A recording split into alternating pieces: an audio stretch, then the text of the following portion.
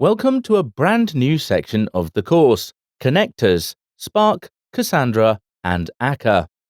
In this section, we will learn about the Spark Cassandra connector, Cassandra Spark streaming basics and functions within Cassandra. We will also learn about Akka and Cassandra connector. Now we move on to the first video of this section that deals with Introduction to Spark Cassandra connector.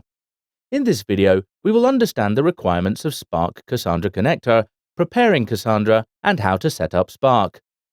To use Apache Spark and Apache Cassandra together, we could develop the calls with our bare hands, but thanks to the open source community coordinated by the DataStax people, we have the Spark Cassandra connector.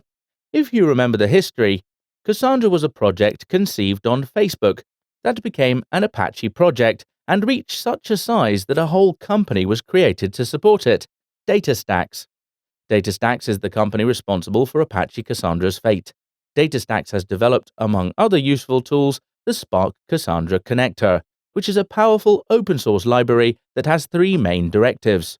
Number 1, expose Cassandra tables as Spark RDDs. Number 2, write Spark RDDs to Cassandra. Number 3, execute CQL queries within Spark applications. The Spark Cassandra connector's main features are listed here. The Spark Cassandra connector version compatibility is described in the table here.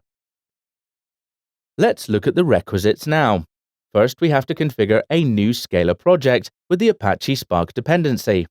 The dependencies are retrieved via the sparkpackages.org website. For example, if we are using SBT, our build.sbt should include something like this. This is the library dependency path. The driver version doesn't depend on the Cassandra server code. Make sure the connector version you are using coincides with the Spark version, that is Spark 1.2.x, with connector 1.2.x. The Spark Cassandra connector jar and its dependency jars have this syntax shown in overlay.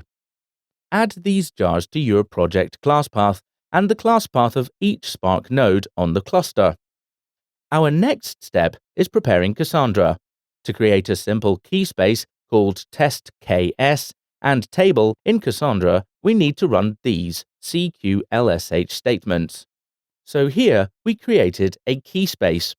Then we will create a table inside that key space. Next, we will insert some example data. Now we are ready to write our first Spark application using Cassandra. The next leg of the video is Spark context setup. To make the Spark context setup, we need to follow some steps. First, we need to run the Spark shell using this command line so that your Spark Cassandra connector is loaded.